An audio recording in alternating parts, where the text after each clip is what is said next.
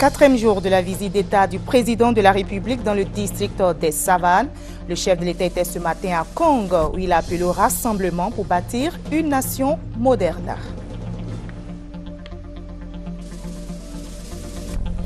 Fini la phase de sensibilisation, place à la répression. L'unité de lutte contre le racket et l'Observatoire de la fluidité routière met en garde les auteurs de racket. Ils ne seront plus tolérés. La tension monte en Égypte après la chute de Mohamed Morsi et la prestation de serment du nouveau président. Ce vendredi, les partisans du président déchu et l'armée se sont affrontés. Bilan 3 morts. La communauté internationale appelle au calme. Merci de choisir le journal de RTI 1. Bienvenue à vous. Le président de la République, Alassane Ouattara, poursuit sa visite d'État dans le district des Savanes. Pour ce 4e jour, le chef de l'État était à Kong où il a animé un meeting. Comme dans les autres localités visitées, le président de la République a appelé les populations au rassemblement pour bâtir une nation moderne, la nation ivoirienne. Et comme à Mbengue, Ouangolodougou, Tengrela, le chef de l'État a appelé les populations de Kong au pardon, à la cohésion sociale, à la paix. Dans une quinzaine de minutes, un journal en direct de Korogo présenté par Ali Darasouba pour vous donner tous les détails de cette visite à Kong. En attendant, direction l'Assemblée nationale de Côte d'Ivoire qui abritera à partir de lundi la 39e session de l'Assemblée parlementaire de la francophonie et la 6e édition du Parlement francophone des jeunes. 300 députés sont attendus à Abidjan. Ils vont plancher sur le thème « Les parlements au cœur de la construction de la nation ». Les enjeux de cette rencontre avec Gabriel Zani.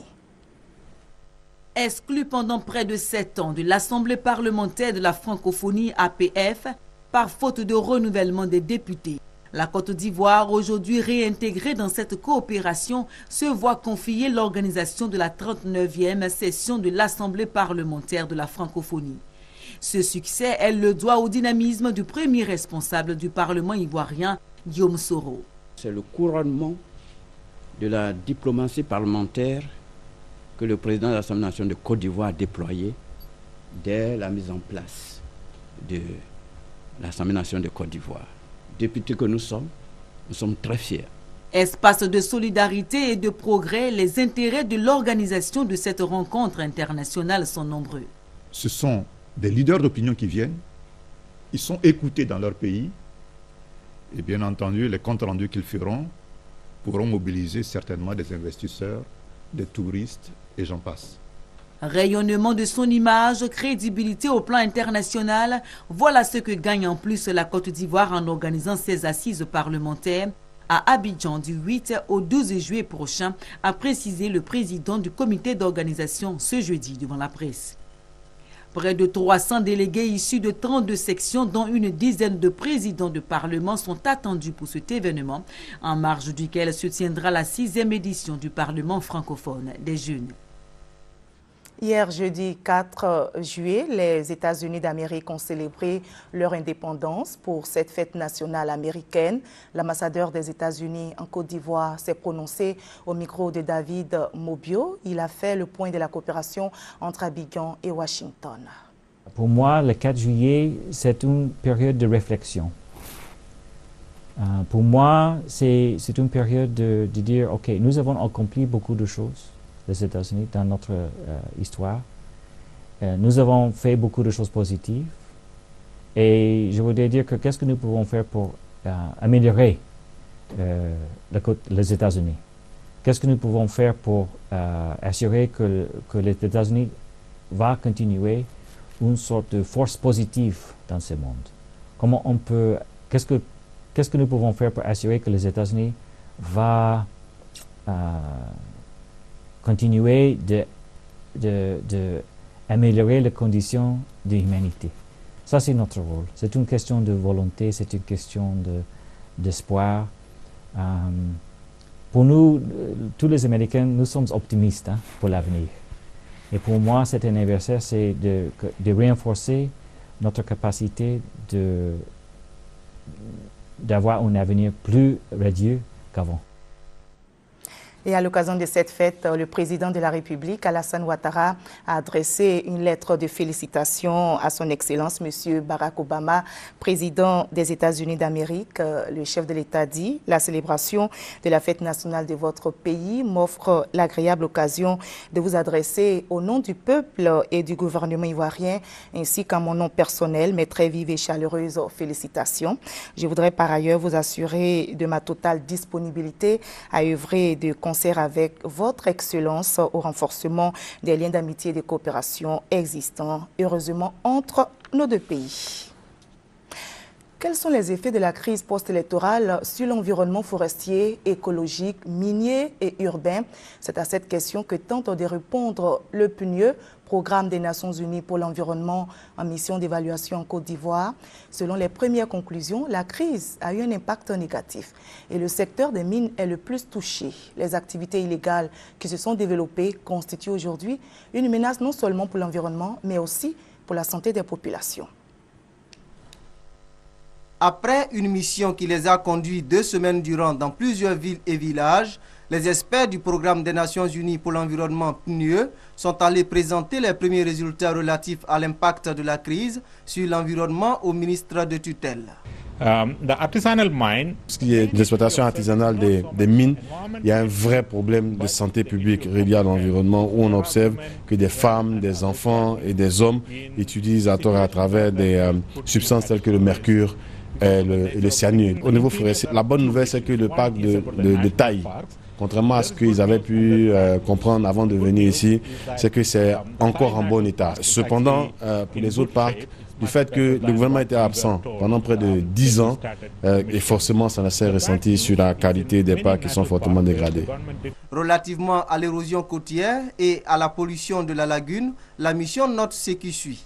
Il y a 20% de la lagune qui est extrêmement polluée. Il y a 80% qui est encore en bon état. Et que dans les recommandations qu'ils vont faire au gouvernement, c'est de dire que si vous entretenez bien votre lagune, c'est la base du développement écotouristique, c'est la base du développement économique. Sur la question de la lutte contre les déchets domestiques et industriels, les experts du PNUE notent l'existence des lois qui, selon eux, ne sont pas appliquées dans la totalité.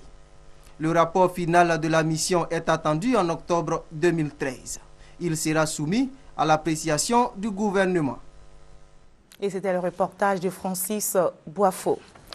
Fini la sensibilisation, place à la répression. L'unité de lutte contre le racket et l'observatoire de la fluidité routière passent à une autre vitesse pour mettre fin au racket. Mais pour bien mener les choses, une dernière étape, celle d'informer les acteurs du monde du transport de la nouvelle décision et faire le bilan de la phase de sensibilisation. L'unité de lutte contre le racket et l'observatoire de la fluidité routière met en garde. Les auteurs de racket seront traduits devant les tribunaux pour répondre de leurs actes. Le reportage de Noël Nyagno. Usagers de la route, transporteurs, propriétaires de véhicules personnels, le racket, ce sera bientôt un vieux souvenir. Parole de l'unité de lutte contre le racket et l'observatoire de la fluidité des transports. Parce que l'origine du mal est connue après enquête et action sur le terrain partout en Côte d'Ivoire. Où nous avons interpellé au jour d'aujourd'hui près de 221 agents. Il y a eu 17 procès qui ont eu lieu, 3 procès civils et 14 procès militaires. Il y a eu 8 civils qui ont été condamnés pour des actes de corruption, d'extorsion de fonds. Il y a eu également 32 corps habillés, police, gendarmerie et puis FRC qui ont été condamnés par le tribunal militaire. Nous avons fini par trouver que c'est le monde du transport, les acteurs même du transport qui ne s'impliquent pas véritablement. Le remède prescrit l'application de la réglementation en la matière. Aucun usager de la route ne se déporte vers les agents pour un quelconque contrôle. Laissez l'agent venir vers le véhicule pour le contrôle. Les résultats obtenus ont été rendus publics ce vendredi au cours de la séance de travail avec les acteurs du monde du transport. Plus de 300 pièces avaient été retirées. Et dans un esprit de sensibilisation, d'information et de communication, les pièces ont été restituées. Et à l'intérieur de ces pièces, plus de 100 000 francs avaient été glissés pour être remis aux forces de l'ordre.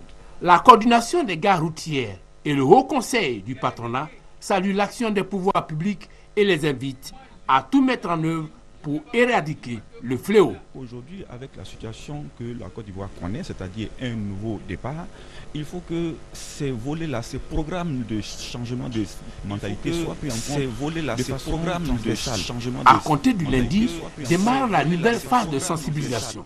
Une sorte de main tendue aux irréductibles. Après, ce sera la phase de répression. La République démocratique du Congo vient d'intégrer le conseil d'administration de l'Académie régionale des sciences et techniques de la mer. Il devient ainsi ce pays devient ainsi le 8e membre, 20 ans après l'intégration des pays tels que le Bénin, le Burkina Faso, la Côte d'Ivoire au conseil d'administration de l'institution régionale de formation maritime, portuaire et industrielle. Plus d'explications avec Francis Boifou. Entre le ministre des Transports et Voies de communication de la République du Congo et le président du conseil d'administration de l'Académie régionale des sciences et techniques de la mer, un protocole d'accord. Il fait de la République démocratique du Congo le 8e pays membre du conseil d'administration de l'institution. Cette signature de protocole a eu lieu en présence de Karim Koulibaly, directeur général de l'Académie régionale des sciences et techniques de la mer. La République démocratique du Congo s'engage à contribuer, selon les modalités arrêtées par le conseil d'administration, au moment de l'Académie à la gestion de son personnel, de ses installations terrestres et de ses matériels navals. Du Congo perd son droit de vote si elle ne remplit pas ses obligations financières vis-à-vis de l'Académie dans un délai d'1 an à compter de la date de leur échéance. La République démocratique du Congo peut se retirer du présent protocole. Elle peut également en être suspendue conformément aux dispositions de la Convention portant régionalisation des instituts de formation maritime de Nunga, Accra et d'Abidjan. L'Académie régionale des sciences et techniques de la mer vient d'acquérir un simulateur de navigation, machine et pêche de dernière génération et certifié à la norme ISO 9001 version 2008. L'institution forme au métier de la mer et de l'industrie. Elle est basée à Abidjan et est la propriété de 15 pays francophones de l'Afrique de l'Ouest et du Centre. Et hors de la Côte d'Ivoire, l'armée malienne est entrée aujourd'hui pour la première fois depuis plus d'1 an dans Kidal, ville du Nord occupée par des djihadistes et les rebelles Touaregs. Cette entrée doit permettre que le premier tour de la présidentielle du 28 juillet se tienne à Kidal comme dans tout le reste du pays. Et la tension monte en Égypte après la chute de Mohamed Morsi et la prestation de serment du nouveau président. Ce vendredi, les partisans du président déchu et l'armée se sont affrontés. Bilan 3 morts. La communauté internationale appelle au calme. Le Caire était en état de siège ce matin.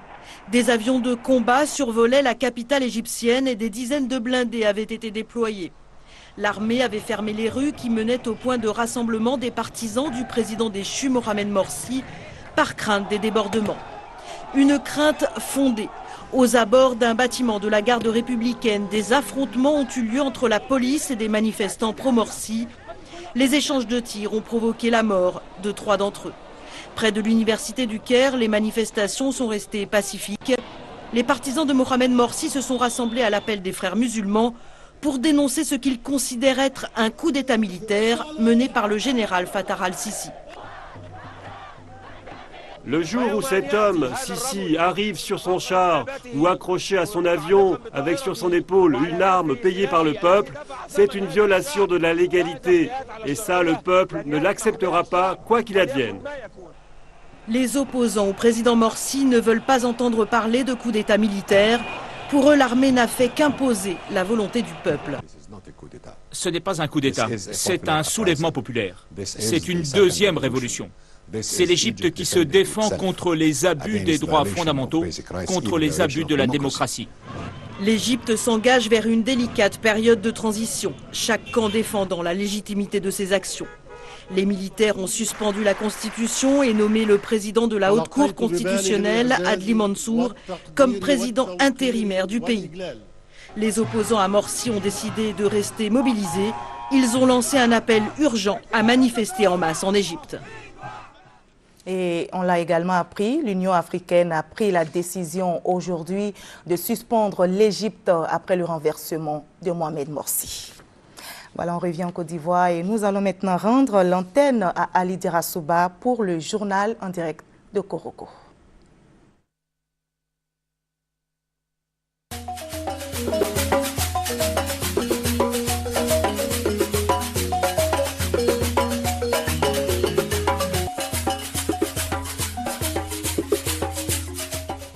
Bonsoir à tous, merci d'être avec nous sur RTI1 et bienvenue dans ce 4e numéro du journal des Savanes. À la une de cette édition, l'étape de Konga aujourd'hui, ville située au nord-est de la Côte d'Ivoire et village du président de la République. Le passage du fils au bercail a suscité naturellement bien d'engouement auprès de ses parents, frères et sœurs. L'ambiance à Konga à l'arrivée du chef de l'État chez lui dans ce témoignage signé Thomas Guessambi.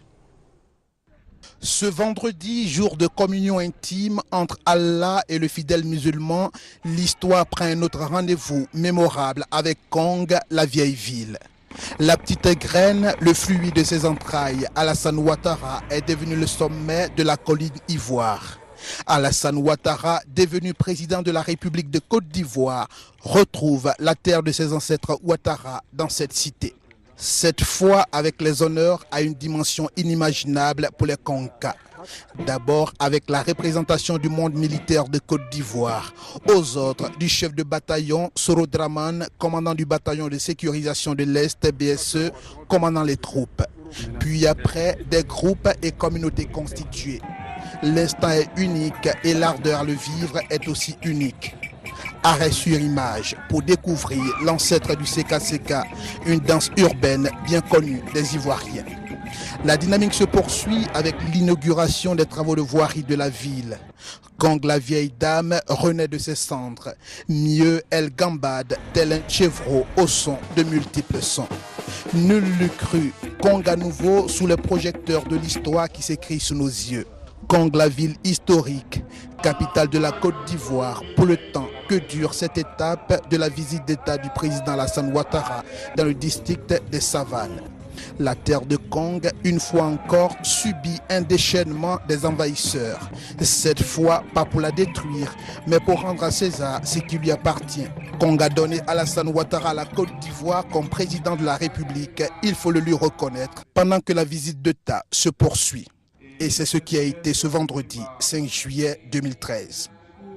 En meeting au stade municipal de Konga ce vendredi, le président Alassane Ouattara a réaffirmé devant ses parents qu'il est le président de tous les Ivoiriens, exprimant sa joie d'être de retour sur la terre ancestrale. Le chef de l'État a aussi traduit sa gratitude au Konga pour leur soutien et leur bénédiction. Le point avec Viviane Haïm. Au bout d'un long voyage sur une route profilée mais non bitumée, fait qui surprend car depuis qu'il est au pouvoir, le président de la République Alassane Ouattara a déjà fait réhabiliter et bitumer de nombreuses routes dans plusieurs localités du pays. Enfin Kong, petite bourgade actuellement en plein travaux. Kong, ville historique créée par l'empereur Sékou Ouattara, grand-père de l'actuel chef de l'État ivoirien. Ville jadis prospère et grand centre de culture musulmane, elle fut détruite par Samori Touré.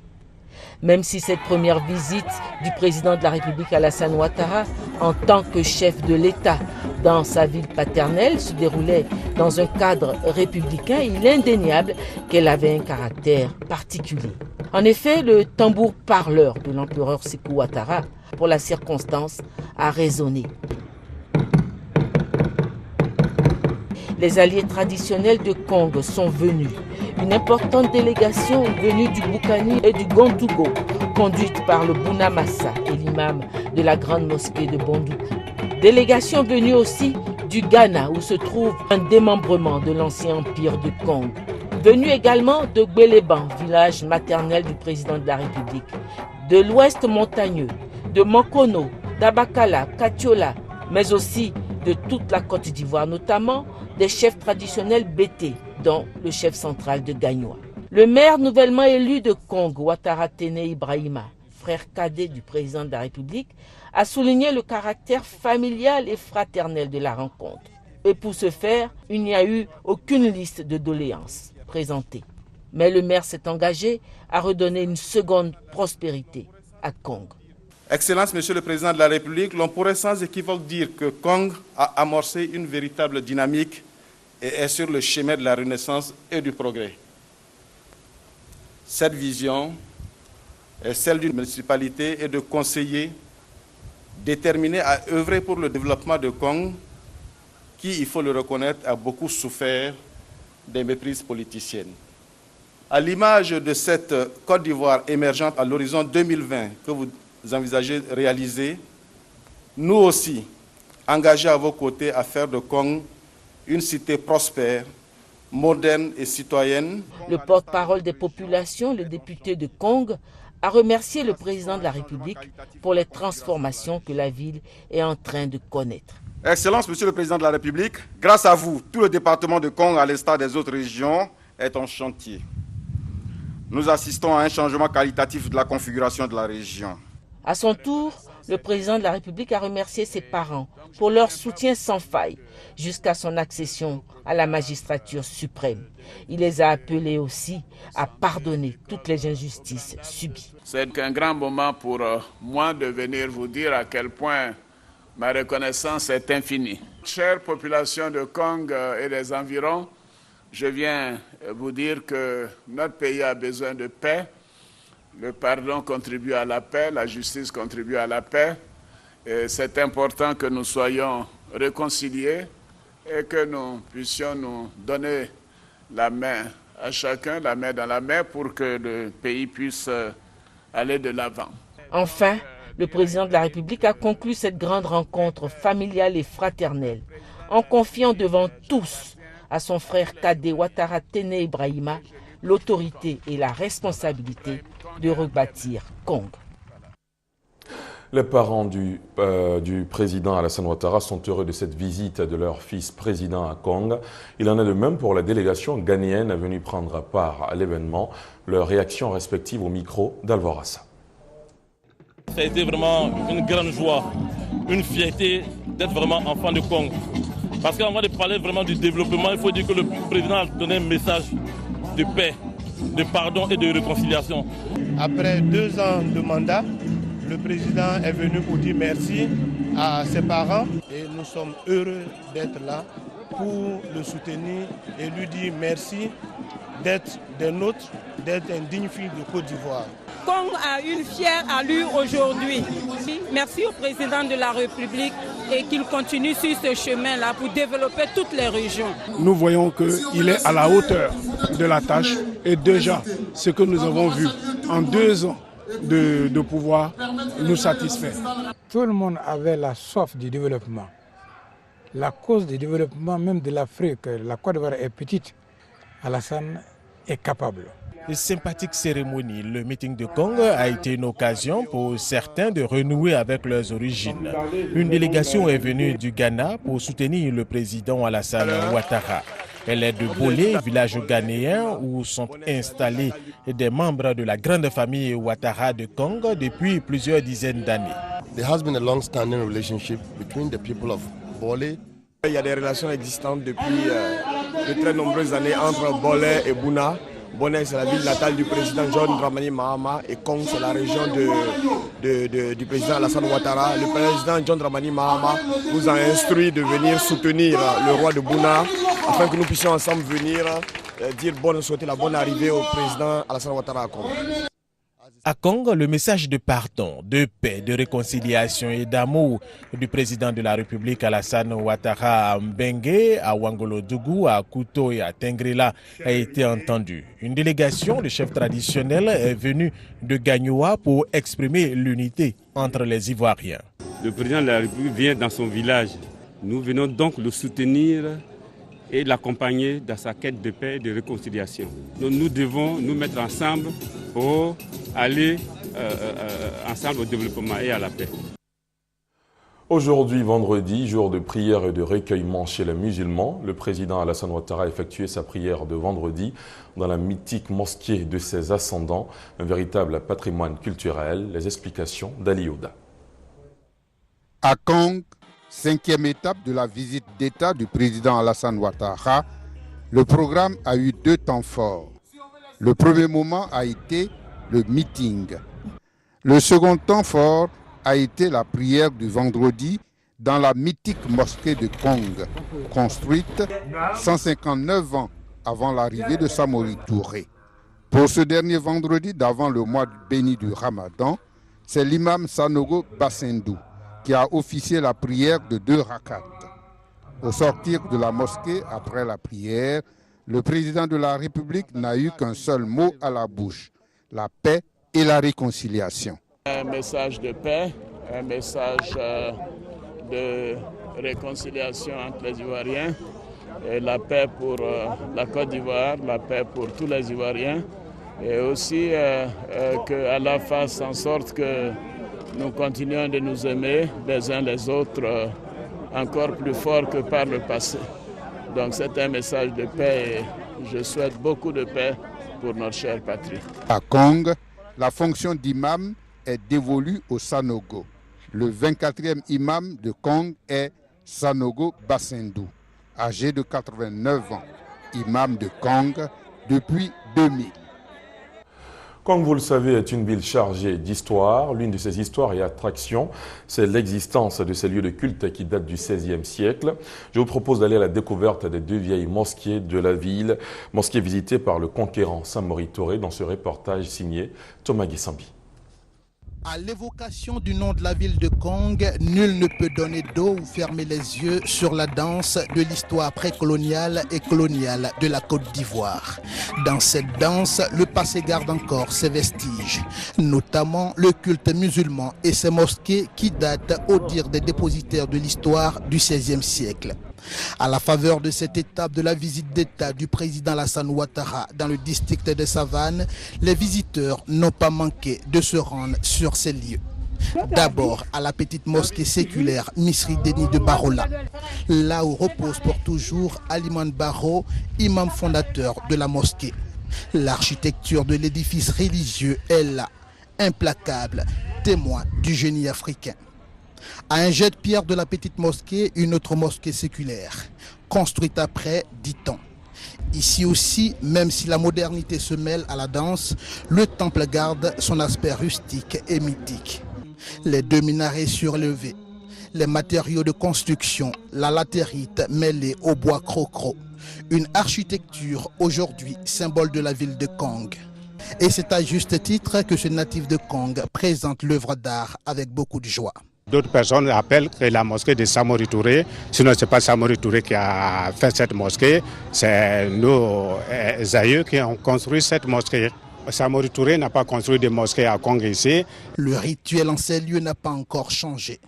Vestige non négligeable de l'histoire, cette mosquée est dirigée aujourd'hui par l'imam Sanogo Bassendou. Et c'est dans cette mosquée que le président Alassane Ouattara est allé prier Allah pour ce qu'il a fait sans doute et pour ce qu'il fera certainement avec lui. Tout en préservant ce patrimoine culturel que vous venez de voir, la ville de Kong a aujourd'hui considérablement changé. Les Kongas sont très attachés à l'islam. Kong, sur la route du développement, a un nouveau visage. Eugène Atoubé. À partir de Ferké, il faut parcourir 100 km pour atteindre Kong. Surprise dès l'entrée de la ville. Une bonne partie de l'artère principale qui traverse Kong est revêtue de bitume neuf jusqu'au centre-ville. Le PPU y est présent. Le programme présidentiel d'urgence prévoit le bitumage des routes à l'intérieur de la commune avec la construction de caniveaux. Le renforce également l'éclairage public de Kong. Pour ce qui est vu et en train d'être fait, Kong sort progressivement de sa léthargie. Aujourd'hui, le changement que nous percevons à Kong, c'est une renaissance. Une renaissance qui avait été prédite par les sages qui ont dit que 100 ans après la décision de Kong, un fils de Kong régnerait sur la Côte d'Ivoire. En ce moment, Kong renaîtrait. Kong a longtemps été oublié.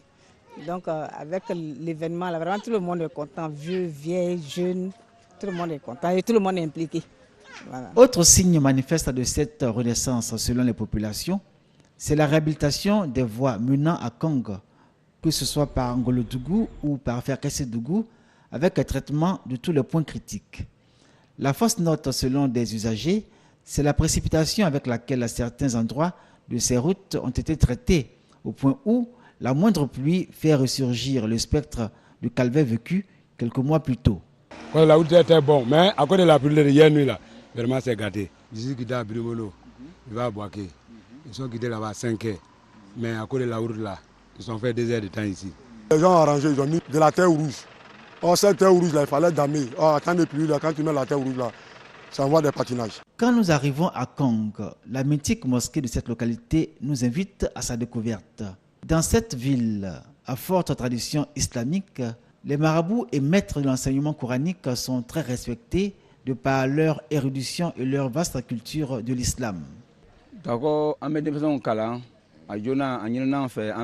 Il enseigne les enfants pour qu'ils n'ont qu'à connaître Dieu plus comment ils n'ont qu'à respecter leurs parents à la maison. C'est ça, lui, les apprend les enfants. Kong est toujours la même. Malgré l'évolution, donc Kong est toujours sur son régime islamique. Il y a des gens qui quittent un peu partout, que ce soit à Bonougou, à Bouna, un peu partout, hein, toute la Côte d'Ivoire.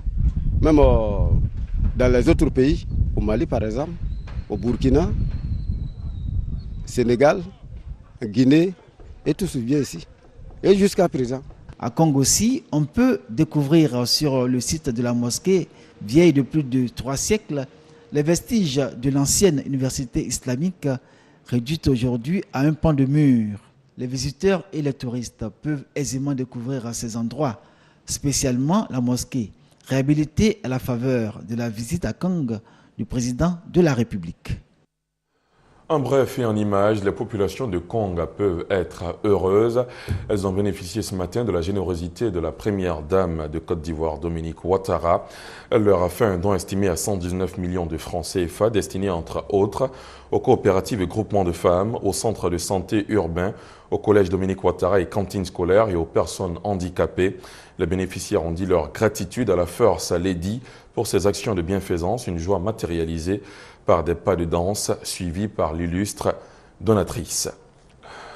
Aujourd'hui, Kong, hier, c'était le tour de Gbon de bénéficier des largesses de la première dame de Côte d'Ivoire. Cette sous-préfecture abrite un collège d'enseignement technique féminin inauguré hier après-midi. Il porte désormais le nom de la première dame. Dominique Ouattara y a fait un don global de 29 millions. Eugène Atoubé. L'événement valait son pesant d'or. L'inauguration du collège d'enseignement technique féminin de Gbon a mobilisé toute la ville, jusque dans les villages et hameaux environnants.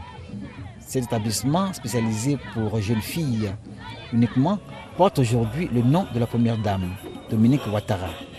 Principale motivation de sa présence dans cette petite sous-préfecture, certes, mais aussi le symbole de ce que la première dame entrevoit et fait pour la jeune féminine, de sorte que les femmes de Côte d'Ivoire soient les actrices de leur propre réalisation. Nous relèverons le défi avec Papa Alassane Ouattara qui souhaite de faire notre pays un pays émergent à l'horizon 2020. Le collège d'enseignement technique féminin de Dominique Ouattara est, à n'en point douter, une solution adéquate au problème de scolarisation de la jeune fille dans cette partie du district de Savane, région où les tabous et les pesanteurs culturelles sont encore vivaces. Ce sont environ 150 apprenantes qui pourront fréquenter l'établissement pour apprendre des métiers en 3 années. En stratégie de lutte contre la pauvreté, j'insiste particulièrement sur la scolarisation de la jeune fille. Nos filles de la région de la Bagoué ont à leur portée une école qui leur permettra d'avoir une formation technique adaptée aux réalités de l'emploi, gage d'une insertion professionnelle réussie. La première dame honorée par les populations de Gbon a été faite fille de cette localité et baptisée du nom de Toulé Ténin, bonne femme en langue sénoufo. Elle a fait également des dons aux femmes de Gbon. Retour sur les grandes étapes de la journée d'hier dans la région de la Bagoué. Dans l'après-midi, c'était l'étape de Tengrela, ville située à la frontière ivoiro-malienne. L'accueil du président de la République y a été cordial et triomphal, ponctué évidemment d'honneurs militaires, passage en revue des troupes et hymne national. Le point avec Jean-Jacques Ouaméala. Pour se déplacer, il fallait prendre une bâchée. Et lorsque tu ratais cette bâchée, il fallait attendre 2 jours après. Mais aujourd'hui, il y a plein de dîners qui sont sur la voie en train d'attendre. Vraiment, nous lançons un grand merci à Alassane. Il m'avait dit qu'il faut avoir place pour m'asseoir. On est fiers de dire qu'on a un président qui est exemplaire. Le savoir président Alassane Ouattara, il est bien fait dans le pays. Il est bien travaillé dans le pays. Pour confirmer leur dire, les populations du département de Tengrela, à environ 200 km de Korogo, se sont mobilisées. Elles ont convergé vers le stade de l'hôpital pour exprimer leur attachement et leur soutien à la politique de développement du président Alassane Ouattara. Et cette affiche l'exprime bien, et je cite, « Président Alassane Ouattara, avec vous, c'est un nouveau départ pour le développement du département de Tengrela. À pied ou à moto, tous les moyens pour se rendre au lieu de meeting ont été utilisés. Il s'agit pour les populations de dire idansi, c'est-à-dire bonne arrivée à leur hôte et de lui réserver un accueil chaleureux. Le président Alassane Ouattara est arrivé à Tengrela aux environs de 15h30. Il a été accueilli par les autorités politiques, administratives et militaires. Les honneurs militaires lui ont été rendus par un détachement de 5 sections aux ordres du commandant Ake Danho. Après un bain de foule pour se rendre compte de la forte mobilisation des populations du département de Tengrela, le chef de l'État a pris la direction du stade où il a animé un meeting, le 4e du genre de cette visite d'État dans le district des Savanes. Et le chef de l'État l'a dit clairement aux populations de Tengrela, je tiendrai mes engagements. C'était au cours du meeting qu'il a animé dans la ville, à Ouattouré. Je suis à Tengrela pour vous dire merci de votre soutien de tout temps. Merci pour vos bénédictions et vous dire aussi que tous les engagements pris seront respectés. Ce sont là les premiers mots du président de la République Alassane Ouattara aux populations du département de Tengrela. Des populations qui se sont fortement mobilisées pour cette visite d'État du président Alassane Ouattara afin de lui réserver un accueil chaleureux. Au nom des populations, le maire de Tengrela, Koulibaly Moussa, a salué le président Alassane Ouattara pour ses réalisations en 2 ans seulement. Aujourd'hui, les routes du département sont en train d'être profilées. L'électrification totale de la ville est en cours. Il en est de même pour certains villages. L'extension du réseau hydraulique de la ville est en cours. Merci d'avoir mis en place le programme présidentiel d'urgence pour le bonheur des populations ivoiriennes. Cette visite d'État du président Alassane Ouattara à Tengrela pour la députée Mariam Traoré, porte-parole des populations, est signe de progrès et de développement et aussi une source d'espoir. Oui, monsieur le président de la République, vous êtes une source certaine d'espérance car il a fallu votre avènement à la tête de la Côte d'Ivoire pour qu'à Tengrela, un rêve vieux de 30 ans se réalise. Il s'agit du bitumage de l'axe Boundiali-Tengrela. Venir ou partir de Tengrela ne sera plus un cauchemar. Nous vous en sommes reconnaissants à jamais. Le district des Savanes et plus particulièrement le département de Tengrela a accusé du retard selon le président de la République. Et c'est pour cette raison qu'il envisage de renforcer l'année prochaine le programme présidentiel d'urgence. Le chef de l'État a invité les populations de Tengrela à travailler à la réconciliation et à la cohésion sociale afin de bâtir la nation ivoirienne. Ce qui est le plus important pour chacun de nous, c'est de bâtir la nation ivoirienne. Oui, la Côte d'Ivoire a été divisée ces dernières années pour des raisons politiciennes. Tournons la page. Faisons en sorte de rassembler les Ivoiriens, de réconcilier les Ivoiriens. Et c'est pour cela que nous avons des doyens comme Abdoulaye Koné, comme membre de la commission Dialogue, Vérité, Réconciliation. Travaillons tous à la réconciliation. C'est l'œuvre de chacun de nous, de chaque Ivoirien. Et pour cela, il faut accepter de pardonner, de se pardonner. Et je sais qu'ici, avec la générosité des populations, que nous sommes sûrs d'arriver à atteindre nos objectifs. Le pardon grandit. Et je sais que vous accepterez de pardonner. Pour moi, la politique, c'est de donner.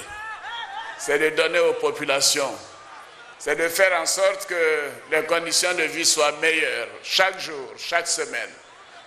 Et pour cela, j'ai besoin de chacun de vous. J'ai besoin d'une Côte d'Ivoire au travail. J'ai besoin d'une Côte d'Ivoire réconciliée. J'ai besoin d'une Côte d'Ivoire rassemblée. Et je sais qu'ici à Tengrela, ce message est bien écouté et bien entendu. Pour la visite du président de la République Alassane Ouattara, Tengrela, ville frontalière, a reçu le soutien d'une délégation représentant les autorités préfectorales et municipales du Mali voisin.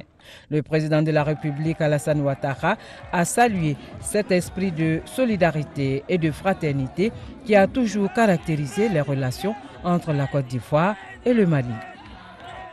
C'est la fin de ce journal des Savanes. Merci de l'avoir suivi. Excellente soirée sur la chaîne qui rassemble. Retrouvez Marie-Laure Ngouran. Bonsoir.